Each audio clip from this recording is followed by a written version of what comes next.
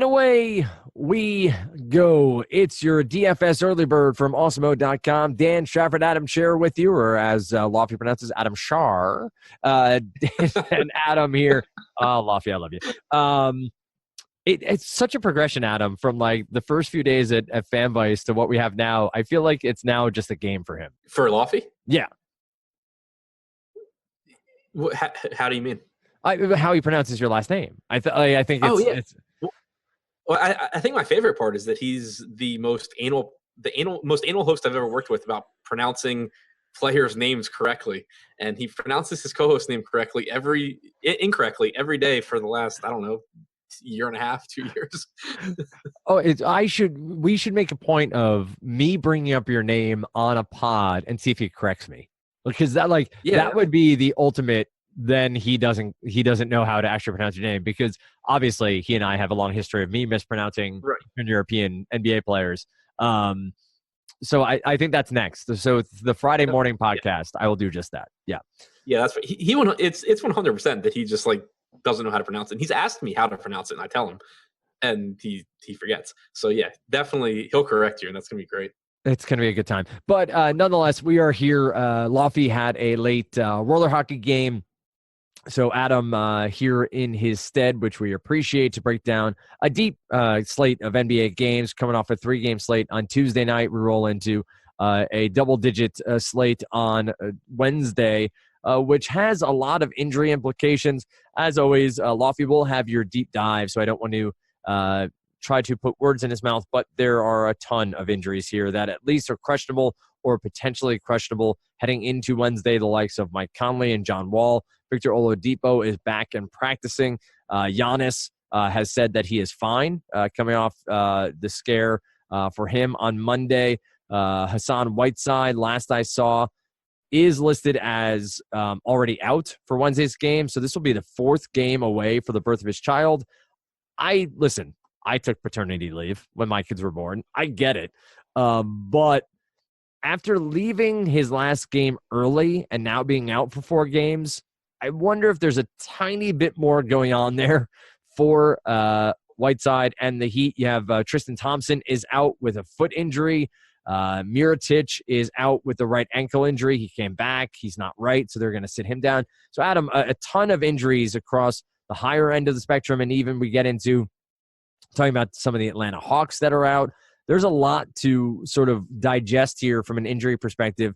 Any names I didn't mention that are on your radar, guys that will influence the slate, or questionable tags that you're waiting to hear more on that could influence where you go from an obviously an early perspective here on the podcast? Jimmy Butler listed as doubtful. Obviously a big issue. You know, Ben Simmons and Joel Embiid would take a step up if he doesn't play. For the Pistons, it's not huge news in terms of names, but Ellenson and Glenn Robinson both out, with Stanley Johnson probable. I've been trying to play and Reggie Bullock doubtful. I've been trying to play Stanley Johnson for like 2 or 3 nights now, so maybe we can finally get there today. Maybe we can. And that was crazy on Monday night. It seemed like every single small forward for the Pistons was injured at the same time in that contest. Yeah. You had Glenn Robinson III, Ellison, like everyone had, and it was all ankles. It was, I don't know if like Gary Payton was out there breaking ankles against them. And sorry, throwback to 20 years ago, but and that was a really bad reference by me. But anyway, we continue on. It was crazy to see. I'm looking on Basketball Monster at like their list of injuries, and so like I'm scrolling through and it's all these legitimate injuries, but then you have Jabari Bird out personal, right, in jail. Yeah, but I just like listed with personal. I mean, out for personal. I mean, it is personal. The justice system may disagree and may list it on a website somewhere as to why you're in jail, Mr. Bird. But I appreciate the NBA. It's kind of like the Hippocratic Oath, right? Not the what there's doctors can't talk about medical conditions. So yeah. The NBA can't talk about jail sentence. There it is. All right, let's get into it. Don't want to belabor too long. What Adam and I are going to do here is what we do on every podcast. We're going to give you a early look at exactly where your process should begin. So it's not to say this is where it's going to end at 7 p.m. on Wednesday night. It's where our early thoughts are as we take a first look at this slate, try to understand what's here, what's best for us. I do want to say, don't forget, there is still the giveaways we're doing here at awesemo.com. You can join in the 24 days of giveaways by commenting on this video on YouTube or over on iTunes. And what you'll do by doing that is you'll subscribe, you'll like over on YouTube, and then you'll comment on iTunes. You'll subscribe, and you will give a rating. I have made a point. I don't want to beg for your 5-star rating. I know other podcasts will do that. Plenty of them that will promote that over on Twitter. What we're going to say is rate us, whatever you think is appropriate, and then leave a comment over on iTunes, and you'll get entered to win a free month of any sport you want or a piece of merchandise from the new Awesemo shop, which is at shop.awesemo.com. And you are also entered to win a free all-access annual pass, which will be drawn on Christmas Eve. Adam, do you have anything? Do you have a top of mind what you'd like people to comment? I know you deal with EMAC on the pod often, so I'm sure he's driving pretty hard on these. What would you like to ask the folks to comment on? I mean, EMAC usually does a pretty good job of coming up with the creative ideas on that end, but so I don't have anything prepared. How about this? How about we go with your favorite beer? Adam and I are both. That's actually what I was thinking. I was thinking the same thing. So yeah. All right. So your favorite beer, and anyone who says Bud Light or Miller Lite, you're disqualified. Be a little bit more creative than that. I drink Bud Light and Miller Lite fairly regularly. Not gonna lie, but shouldn't be your favorite. Yeah, it shouldn't be your favorite. like cost effective, fine. I get it. Yeah. But your favorite beer. What's your favorite beer, Adam? What's your favorite beer of choice? I don't know that I have a favorite, I mean, stouts are my favorite. I go between them. Right now, I'm actually currently drinking a left-hand milk stout, which I'm enjoying a lot. What about you? I am a lager, an American lager fan. So there are two microbrews up near me. One is called Maritime Lager, and the other is called, I'm going to blank on it, Castle Island Lager are my two favorite right now. I'm also into Sam Adams, as much as I hate to be into Sam Adams. The Winter Lager and the White Christmas are two seasonal beers I'm a big fan of. So, do you like their Oktoberfest? Oktoberfest and the regular Sam Adams, so regular like Sam Adams Lager and Oktoberfest taste like grass to me. Like literally as if I took grass and ate it. Oktoberfest was like the first, when I was like 21 or whatever, the first non-light beer that someone got me to drink that I was like, oh, this is actually good. And then as I've gotten older, I like it for nostalgic reasons, but it's one of those, like, every year I drink it as I get older, it's just like, I've had a lot of better beers, but I still like it just for that reason. Right. No, there, and that's, I was very much not a beer drinker in college. I drank vodka, which was a mess, as you can imagine, in college. And then got into beer later on in life and was very much a light beer or, generic lager drinker. And then as I've gotten older, have gotten into much better tasting beverages. But we've now belabored our beer talk. Let's talk some NBA. We're going to start at point guard. We'll make our way quickly through, again, foundational plays here, trying to get you aware of where Adam's looking, where sort of value might be, where the matchups are. I'll say honestly that the Atlanta potential value is out there. So you may have a Stars and Scrubs lineup that could work. Not saying it's a great position for the Atlanta Hawks, but this could be a day to have some of them as some extra pieces here against Dallas. And some of these Dallas injuries, I will say Dennis Smith Jr. and Jeremy Lin are out, and that's why I say that. So you have the likes of a Jalen Brunson. Jared Brunson is a former NBA player, right? I didn't just pull that out of nowhere. I didn't just pull that out of nowhere. I'm not sure. I'm Googling. But Jared Brunson is... Nope, maybe not. All right, I'll look that up later. Anyway, let's talk point guard. Adam, at the top, we have obviously some high-priced talent when you deal with the likes of Russ Westbrook, Damian Lillard, Steph Curry with multi-position eligibility, Ben Simmons with a great matchup here with Brooklyn, Kemba, Kyrie, John Wall with some question marks about his potential play on Wednesday night. What do you got here? Who are some of the names that early on are at least thoughts of player pool or further research as you look at this slate of games on Wednesday night? Yeah, I mean, looking at these point guards, a lot of them are in tough matchups. Westbrook, not one of them, facing New Orleans, a fast-paced game against the Pels. Drew Holiday is a very good defender, but as a team, they struggle. So I'm not really worried about that. Westbrook really stands out because then you start scrolling down the list. You have Steph Curry against Toronto. Kawhi Leonard presumably will play, which even if he's not defending Curry, which you would expect him to defend, Durant, but it just makes the defense as a whole better. So not the most appealing spot for Curry. You have Drew Holiday going against a tough Oklahoma City defense. I think that he's fine. The price tag's a little cheap for how many minutes he plays, but still a tough matchup. But then the other guys at the top here, you have Kemba against Detroit, who it's surprisingly a pretty quality defensive unit. John Wall against Boston, Dame Lillard against Memphis. All of those guys in kind of difficult spots to where Westbrook really stands out at the top. Drew, I think, is fine. Ben Simmons, you mentioned the spot against Brooklyn. It's really appealing without Butler because you get a little bit of a usage bump for Simmons, but also Brooklyn, despite not being a very fast-paced team, they're one of the worst rebounding teams in the NBA. And for Ben Simmons, you're talking about someone who he's not a great scorer, but he's very good in the peripheral department. He racks up assists, he racks up rebounds. Now you're getting this matchup that should offer him plenty of rebounds and plenty of assists because they are not a very efficient defensive unit. So it's basically a walking triple-double with Ben Simmons here. Yeah, and it's a situation, what you made mention of Butler, it's one to monitor. I don't expect Butler to play here. I mean, I wouldn't put like 70% odds on it, but I would expect Butler to sit out of this contest simply because the groin, let's be honest, gentlemen, it's not something we screw around with, right? But even further, it would seem the 76ers are in a good spot here against Brooklyn to take this game without Butler on the court. I love Simmons and Embiid here to be really a large foundation of where I'm building a lot of my lineups. Price tags are up. I get it. But just seems like crush spots for both of them if Butler is indeed out.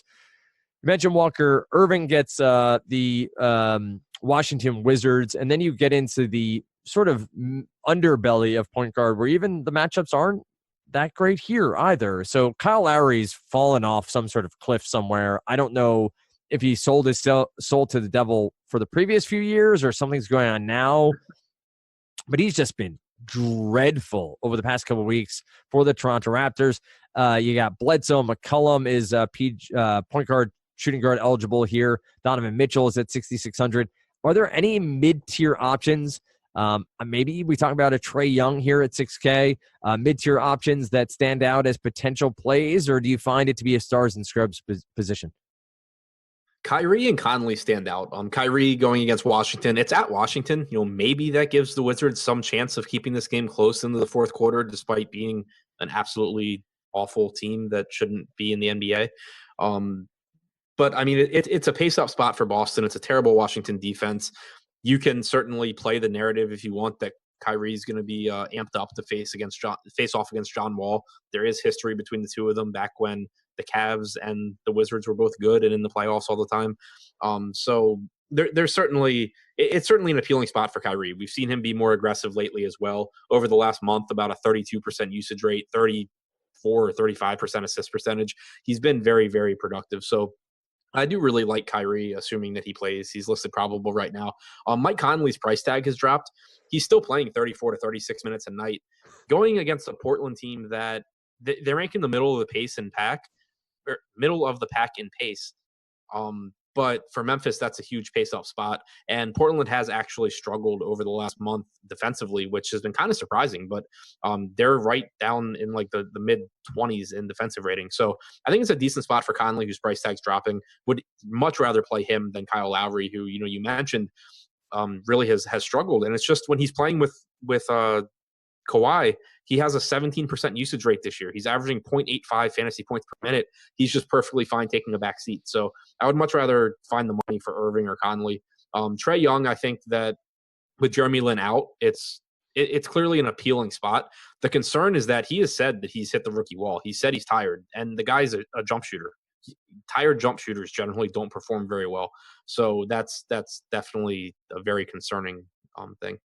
Yep, one to keep an eye on as the next couple of weeks roll on with Trae Young. I will say that I don't know if there's a backup there that you're going to love. It's not as if Dorsey or who's the other one? Adams? Jalen Adams is getting a ton.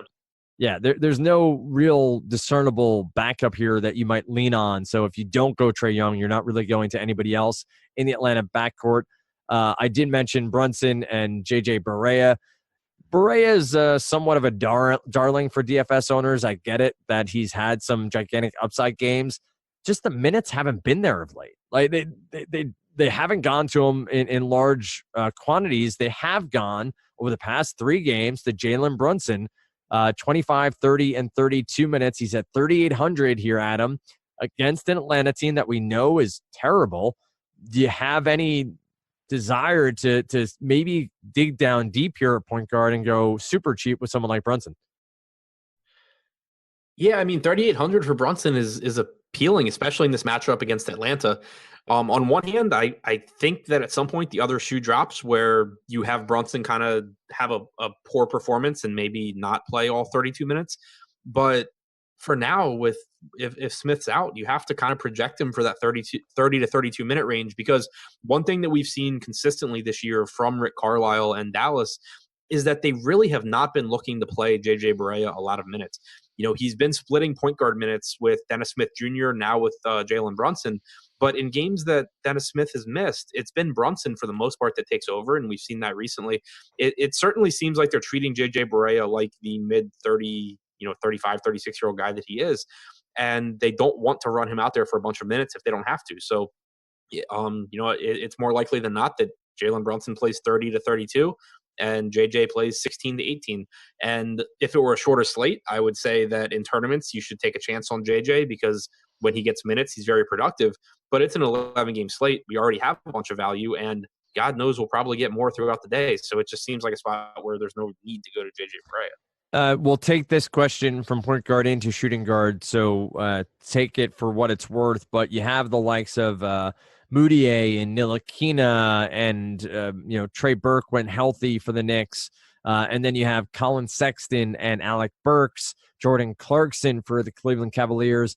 Anybody in this mix value for you between point guard and shooting guard? So don't let it limit just because we were talking point guard. We'll make the transition here to shooting guard. Any of these guys intriguing to you? This seems like a matchup of 2 bad teams. Anybody stand out or worthwhile to completely stay away from that game? Yeah, no, I mean, I think it is a really interesting spot, especially for tournaments. I doubt that it's somewhere you have to get to for cash games.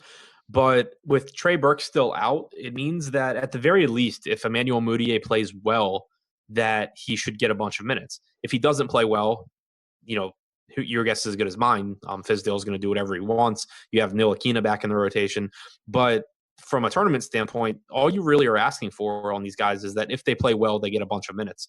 Moutier played 19 minutes last game, but he'd been playing 36 when he played well. So he actually managed to have a minus 20 plus minus in 19 minutes. That was pretty impressive against the Hornets last game. So the point being that he still has upside, because we know he's going to get the minutes if he's playing well. Fizdale's not going to just sit him on the bench if he's playing well. So that's appealing. And then from the Cleveland side, you have Sexton, who's playing a ton of minutes. He's even with Alec Burks in the starting lineup, you have Sexton dominating usage up around 25 or 26% usage rate alongside Alec Burks since he was acquired. So I think that a $5,100 price tag for Sexton, who should play in the mid-30s in minutes, is pretty cheap.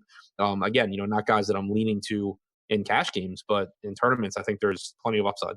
Right. And always remember, bigger slates, you have more variance on the lineups you're building. When you talk cash games, you're looking for those solid floors. Adam's talking a lot about those tournaments where you're looking for the upside, and the guys like Moutier who can put up a 45 spot on a good night, if not bigger. And so you're looking for those upsides at lower price points. So always remember to check in at Osmo.com on ownership percentages. I've struggled with that in my DFS career, caring about how high owned somebody is, but it does influence such a large majority of those playing MME and trying to get exposure to players at the right percentage points. And one of the things that Osmo provides to our subscribers is an ownership projection each and every day for NBA. It's also there for NFL, and so you get a good understanding of how high owned a player you might be keying in on will be. And maybe you make that pivot then to somebody who's not going to be as high owned, somebody who's not a cash game option, somebody who's not popular on the day. Shooting guard, Steph Curry. Beal is at 8K, obviously always an option if Wall is out. Then you get the whole mixed bag of of MPE. You got Holiday, D'Angelo Russell, Luka Doncic, McCollum. Tim Hardaway Jr. is at 6,800, which seems absurd for Tim Hardaway Jr., but hey, he puts up points. Lamb, Dwayne Wade, Buddy Hield, and then you have the brothers Bogdanovich here at 57 and 56. They're not actually, they have the same last name. Jackson Brown. So lots of options, but anybody in a spot that you feel comfortable with? I feel like there's a lot of names that we've played, but not necessarily guys that are at price points or matchups that are overly appealing. What do you got here at shooting guard? Yeah, so I mean, we already kind of talked about Drew. Not a great matchup against Oklahoma City, but a very appealing price point for a guy that's going to play around 38 minutes. One thing that's certainly worth pointing out is that we have Luka Doncic on DraftKings finally back to shooting guard and small forward eligibility after being listed as a point guard for most of the season. Now that Dennis Smith Jr. is injured, we finally have him not being a point guard. Go figure. But it's just such an appealing matchup against Atlanta. It's a huge pace-up game. The downsides are that, maybe he plays a few less minutes than some other guys. He's been playing, 32 minutes more often than not when Devin Harris is healthy and Barnes is in and Matthews is healthy. But and also take it for what it's worth, because obviously it's his rookie season and it's a very small sample size.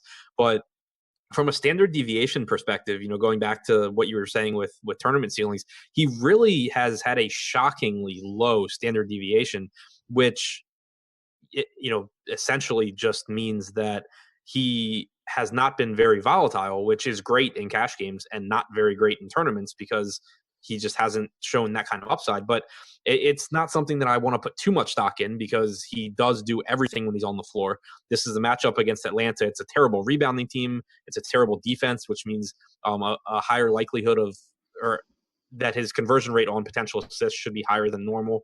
His field goal percentage should be higher than normal. So it's a spot where I think Doncic is a very good play, especially since he's not just a point guard on DraftKings. Him and Drew really stand out. And then D'Angelo Russell against Philadelphia. We already saw Russell torch this team, and Philadelphia in general has just struggled against ball-dominant guards that will get up their field goal attempts. Jimmy Butler being out certainly is not going to help, or being doubtful is not going to help. With Russell, it's purely a tournament play because he's too expensive to trust in cash games. But this is a guy that can go out there and throw up 50 fantasy points at 7,500. Any cheap options here at shooting guard? You have someone like a Wes Matthews against Atlanta at 4,500. Satoransky is at 4,400. Barea at the same price point for Dallas. Anybody you feel like is worthwhile mentioning or ready to move on to small forward? Yeah, I think Matthews is fine. Should play 32 minutes against Atlanta. 32 minutes against Atlanta is like 36 minutes against most other NBA teams. So I think that's, a pretty appealing price tag. I think Alec Burks at 4,800 against the Knicks is fine. Other than that, though, like assuming John Wall's back, I'm not interested in Satoransky. I'm not interested in Austin Rivers. So it's really those guys. If you wanted, I guess, DeAndre Bembry with Jeremy Lin out, he should have a decent ball handling role with that second unit. But again, it's Atlanta, so it's not something you want to trust because their rotation just goes so deep. But it's certainly a guy that you can get at 5% ownership and has some upside at a cheap price. Let's roll on to small forward. A lot of the shooting guard eligibility will spill over here, and then obviously MPE to power forward. Giannis, again, all signs point to him being fine. He said after the contest that his, a neck was absolutely fine, that there was no issue and nothing serious. They held him out as precaution. So you would assume here that Giannis against the Pacers would be fully ready to go at 11-1. Maybe not a risk you're willing to take. KD is down under 10K at 9.6. Kawhi should be fully back for this matchup against KD and the Golden State Warriors. Paul George has been really, really solid this year. He and Russell Westbrook have really shown a dynamic combination not necessarily correlating from a fantasy perspective, just being able to lead Oklahoma City to some key victories. You have him at 9K, Ben Simmons at 8-9, Doncic available here on DraftKings. And then you get into the middle tier, which can be a little disconcerting when you're dealing with likes of Barnes and Wiggins, Josh Richardson, Jeremy Lamb, Marcus Morris coming off a big game for the Celtics, Hield and Ingles, and then the two Bogdanoviches here at 57 and 5,600 a piece. Top end seems like we're loaded. Mid-tier feels like we're not as loaded. What do you got here at small forward? Yeah, I think it'll kind of depend on the site too, because so looking at DraftKings pricing, I think 11-1 for Giannis is really nice. I think 9,600 for Durant, obviously a tough matchup. Steph Curry back takes away some appeal, but that's a really cheap price tag, and it's a really cheap price tag for Kawhi. But then you also have, you mentioned Paul George. This is a great spot for him going against a Pelicans defense that plays fast. They don't play well defensively, and most attention should probably be focused on Russell Westbrook, which can lead to, Paul George being very productive in what should be 37 or 38 minutes of play. But then on DraftKings, where you have the multi-position eligibility, you also have Ben Simmons there at 8,900. You have Luka Doncic at 7,300. And when you factor in the upside that those guys bring to the table, it makes it kind of hard to pay all the way up at this position. So I think that going to that kind of like upper mid-range on DraftKings is probably a good approach. But on FanDuel, you have Ben Simmons as a point guard, you have Luka as a shooting guard, and it kind of thins things out a bit. So, there I think that it's probably more appealing. It is a huge pace down matchup for Giannis is the biggest concern for me.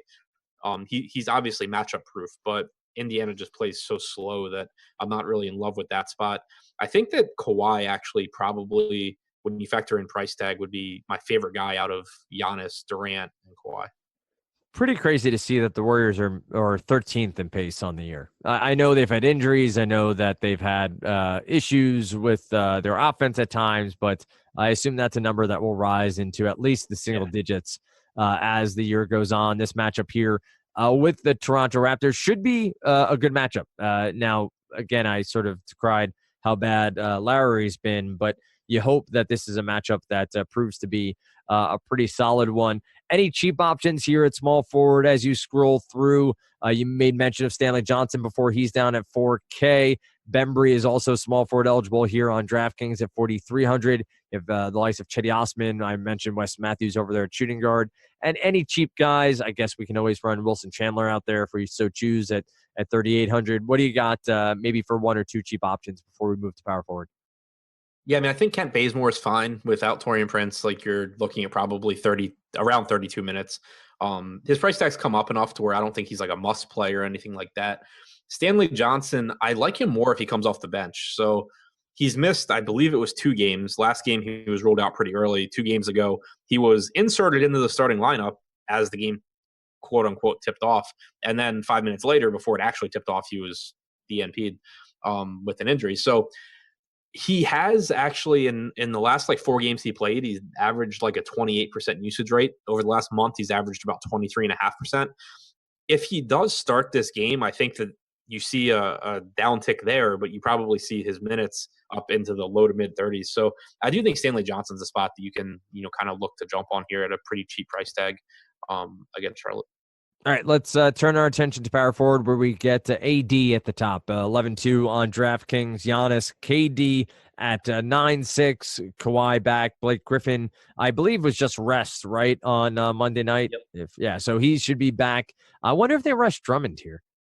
Matchup with Charlotte. Wonder if they start to flip-flop these guys from time to time and get them some rest. John Collins, amazingly, is up to 7,800. I don't say that because of his play, just because I never expected to see this day. He's had 3 straight amazing games. He's playing minutes up in the 30s. A matchup here with Dallas, 5 straight games up in the 30s when it comes to minutes. DK points of 43, 45, and 57 respectively over the past 3 games. But he is at 7,800, not a price tag I think I would ever pay for Collins, but hell, he's been playing really well.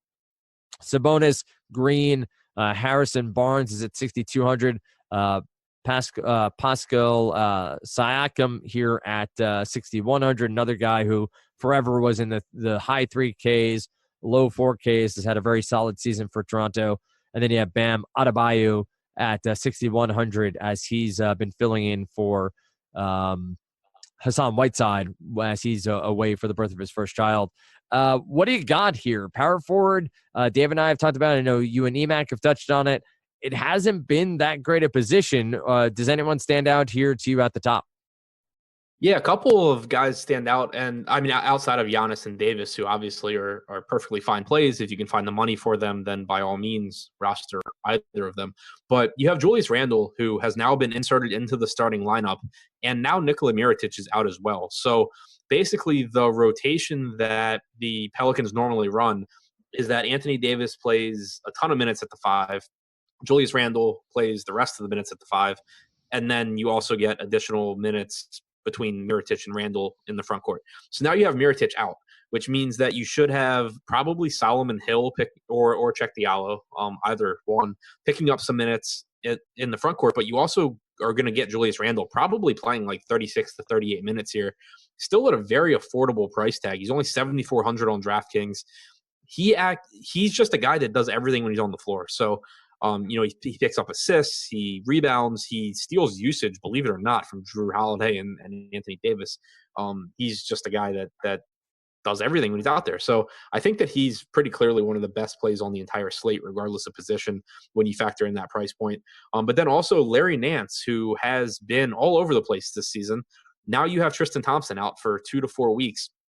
Larry Nance is most productive when he's playing center. And that's why we've seen, even, when Cleveland was shorthanded, Larry Nance disappointed quite a bit because he was out there playing the 4. And his game is basically to offensive rebound, to pick up hustle stats, to get putbacks, to do, kind of dirty work. And when he's playing the 4 alongside Tristan Thompson, you have Tristan Thompson doing a lot of the stuff that Larry Nance is good at doing. And so on a permanent basis, his production really goes down. Now you're going to have him playing center.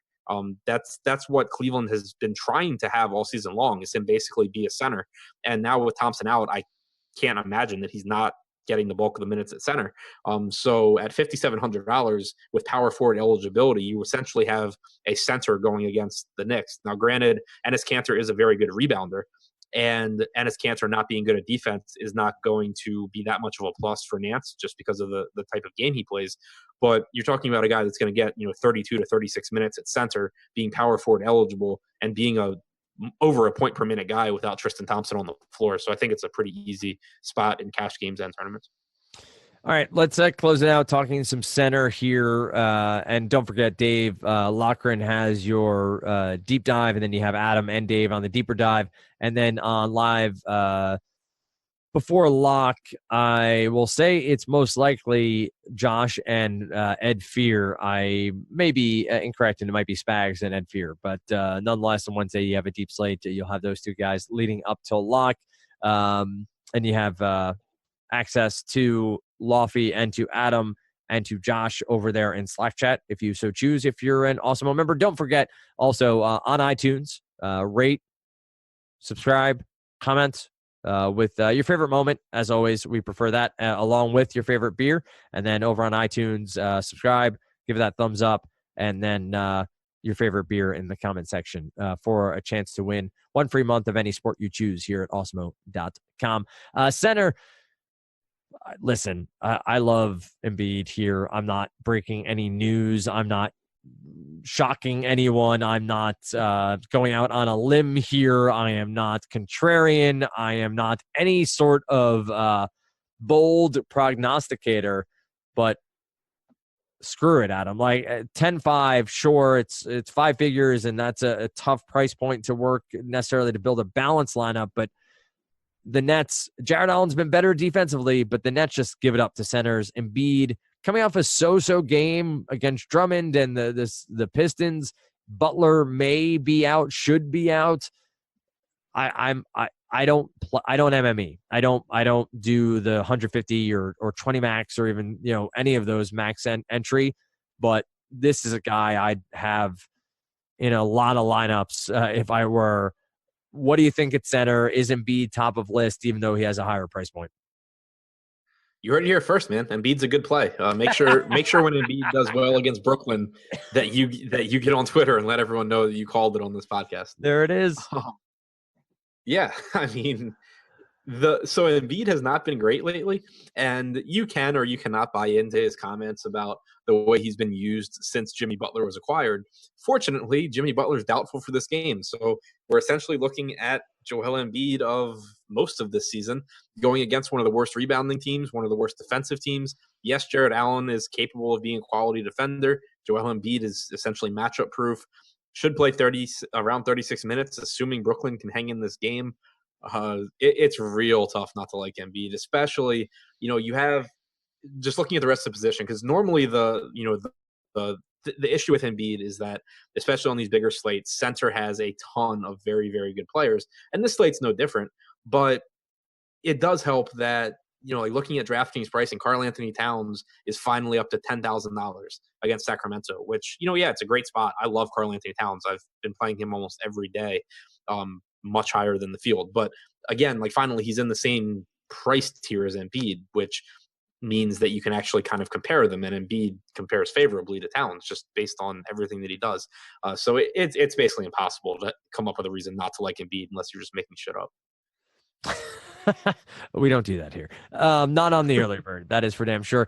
Let's listen to Adam's point to a large extent. Center's deep. Center's going to be a place where you can make a lot of pivots from a tournament perspective that maybe not the rest of the field is on. You do have the likes of Drummond against Charlotte here. Marc Gasol gets a matchup with Portland and Nurkic. Rudy Gobert gets a Whiteside-less Miami Heat, so he gets to go up against Bam Adebayo.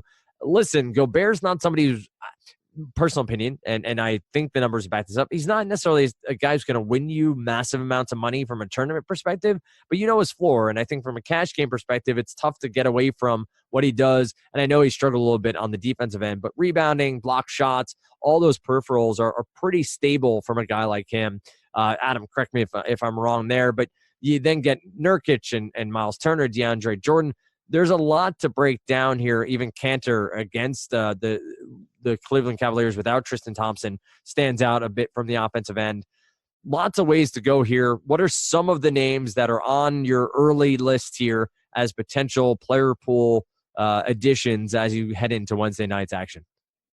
Yeah, I mean, I'm right there with you on Gobert. It's actually been a really weird few years with him. I think I was one of the first people to really buy into him as like a really good fantasy center, but that was, a couple of years ago where there weren't as many options, and being able to get like 45 or 50 points from him at 7K or 7,500 was really nice.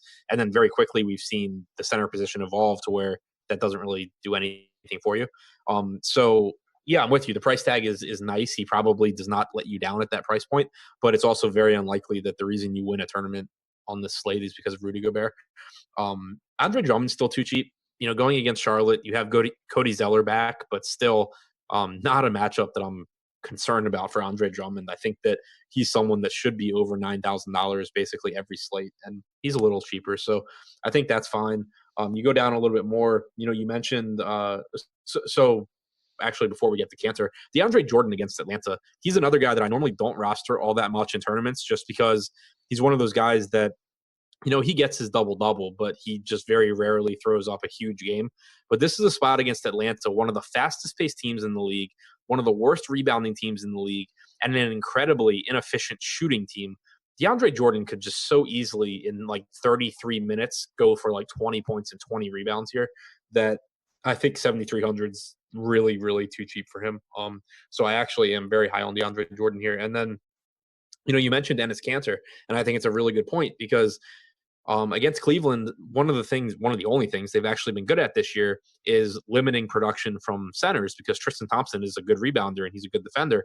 Now you have Larry Nance in there, who, while I like Larry Nance as a play, Enes Kanter is just going to grab board after board after board in this spot. The only concern is that, he's on the Knicks and Fizdale's been limiting his minutes kind of, and who knows how many he plays, so he might only play 26. So there is concern there. Willie Cauley-Stein's in a nice spot against a big Minnesota front court. So I think, you could certainly go to $5,900 Cauley-Stein as well. All right. Well, let me ask you the same question that I asked Lofty to close out the podcast. As you look at the five-figure plus assets over there on DK, you have Karl Anthony Towns, Joel Embiid, Russell Westbrook, Giannis Antetokounmpo, and Anthony Davis. And let's be honest, you have Steph Curry, KD, Kawhi, Blake, all just sub 10K. So I will admit they are not part of this mix. Those fives, Towns, Embiid, Russell Westbrook, pardon me, Giannis and AD, who would be your building block? Like, who of those five-figure players stands out to you as the one that you would want to build around, most likely heading into Wednesday? Joel Embiid, number 1, Westbrook, number 2. All right. So I'm right there with you, and I may try to find a way to play both. Is where I'm looking at this early. If the value works out, listen, I'm a chalk donkey. So when you hear me on this podcast, know that I'm looking at probably 20% owned players, and that is why things like the ownership projections over on Osmo make so much sense. I am not a shill. I hope everybody knows over time of listening to me, I'm not somebody who's just gonna blindly push the product that I work for. The ownership projections can help you just get a better sense of where you're going. So it helps you in a tournament perspective and in a cash game perspective, right? If you see a guy who's going to be 40 or even 50% owned on a smaller slate, you want to get exposure there because you don't want to be left out in the cold when they have that game everyone's expecting and you're chasing after it. So, Adam, any final thoughts on this slate before we head into our Wednesdays and get started with further research and the NBA strategy show over on YouTube? No, I think that's about it. I agree with your point, obviously, about the ownership projections. Whatever kind of game you're playing, you can use them to your advantage. Just as if nothing else, as a tiebreaker between, if you're playing cash games, you don't want to accidentally take a stand where 50% of the field has a guy that you have projected as the same, about the same as where you have a 1% owned guy, and then vice versa in tournaments. So I second that. But I'll be on the strategy show with Josh tomorrow. Lofty has the deep dive, and then Lofty and myself will be on the deeper dive around 4:45 or 5 p.m. So when it comes to exposure, you get Adam and Lofty and Josh all day long. NBA Strategy Show is over on YouTube. So we have so much free content over on YouTube, streaming live around 9:15 most mornings. That all depends on when Adam's computer boots up, obviously. But that typically is a faster process in the morning. It warms up, it eats breakfast, it gets ready to go. And then obviously you get the deep dive, as he said. You get A to B, which is the Andrew and Ben show at 2:30, which is typically talking PGA and NFL. And then you get the deeper dive at 5 p.m. and live before lock, Spags and or Josh with Ed Fear leading up to 7 p.m. to lineup block. So check it all out. Check us out. Leave a comment on iTunes. Leave a comment over there on YouTube with your favorite lager or ale or stout or porter, whatever it might be, whatever your favorite beer is. We'd love to hear it in the comment section on YouTube and on iTunes. With that said, best of luck on Wednesday. We'll be back with more on Thursday morning right here on the DFS Early Bird.